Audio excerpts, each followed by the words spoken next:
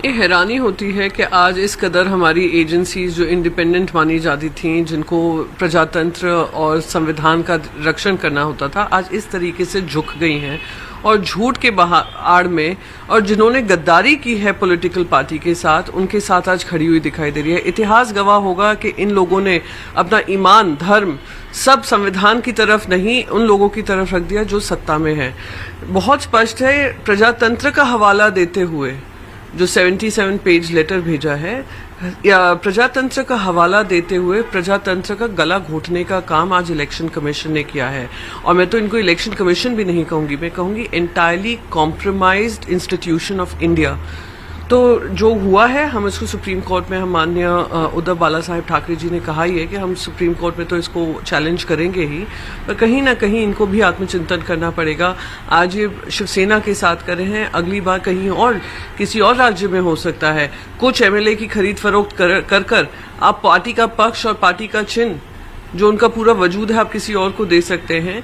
ये शर्मनाक है, आत्मचिंतन करने लायक चीज़ है। पर हम अपनी लड़ाई लड़ते रहेंगे और हम सुप्रीम कोर्ट तक के भी अगर दरवाजे खटखटाने पड़ेंगे, हम दरवाजे खटखटाएंगे। क्योंकि आज जिन लोगों ने इलेक्शन कमीशन के साथ अंडरमाइन किया है, जिन्होंने ईडी को किया है, आईटी को किया है, सीबीआई को अपना इलेक्शन टूल किट बना लिया है, आज वो जुडिशरी के साथ भी वही काम कर रहे हैं। आए दिन हम लॉ मिनिस्टर को सुनते हैं, आए दिन हम अपने चेयरमैन राज्यसभा को सुनते हैं कि जुडिशरी को चैलेंज करते रहते हैं। तो अब ये जुडिशरी की जिम्मेदारी होगी और सुप्रीम कोर्ट की जिम्मेदारी होगी कि आज प्रजातंत्र और संविधान की जो रक्षा करनी है, आज उनके कंधों पे ये जिम्मेदारी है। सर पवार ने कहा है कि उद्धव जी को एक्सेप्ट करना चाहिए और न्याय संबोधन के आगे बढ़ना चाहिए, स्टेटमेंट आप देखें। नहीं, हम लोग, हमारी जो हमें संविधान ने हमें लड़ाई करने का ऑप्शंस दिए हैं, हम उन सभी का इस्तेमाल करेंगे। पर आज इनको, आज ये स्पष्ट हो गया है और इन सबके नकाब जो थे मुंह पर, के जो कहते थे कि हम संवैधानिक तौर तरीके संभालते हैं, इलेक्शन कमीशन हो, ईडी हो, आईटी हो, सब बेनकाब हुए हैं। तो हम लोग ये लड़ाई लड़ते रहेंगे। ये लड़ाई सत्य की लड़ाई है, ये लड़ाई ईमानदारी की लड़ाई है, ये लड़ाई उन लोगों के खिलाफ है जिन्होंने पन्नास खोखे खाकर इस तरीके की गद्दारी की है, पार्टी पक्ष से की है, पार्टी पक्ष प्रमुख के साथ की है। आज मैं अभी भी यही बात कहूंगी कि अगर आज इनके पास इतना जन समर्थन था, इनको रेजिग्नेशन देकर, रिजाइन कर अपने पदों से फिर से इलेक्शन करना चाहिए था। पर ये लोग उससे भागे हैं।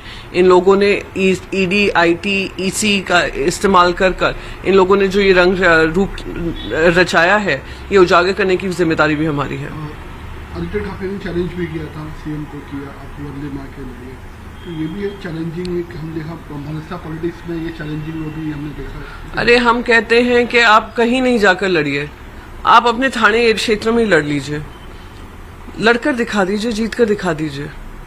तो ये अगर आप बार बार हवाला देते हैं कि जनता का साथ आपके साथ है, तो वो जनता का अधिकार है, जनता को चुनने दीजिए। आज जनता ने आपको शिवसेना के सिंबल पे चुनकर भेजा है। आज जनता ने उद्धव बाला साहेब ठाकरे जी के नेतृत्व में चल रही शिवसेना के बल पे आपको भेजा है, और आप उसी का शिवसेना को खींचने का काम करें और सत्ता का मौज करें। ये कहां तक संवैधानिक है? और ये प्रजातंत्र की जब हम बात करते हैं, प्रजा राजा है और प्रजा निर्णय लेती है, आप उसी से भाग रहे हैं और हर ईमान धर्म को एक तरफ रखकर जीतने का काम कर रहे हैं। एक ना एक दिन आपकी हार निश्चित ही है, जनता के कोर्ट में होगी और जल्द से जल्द होगी।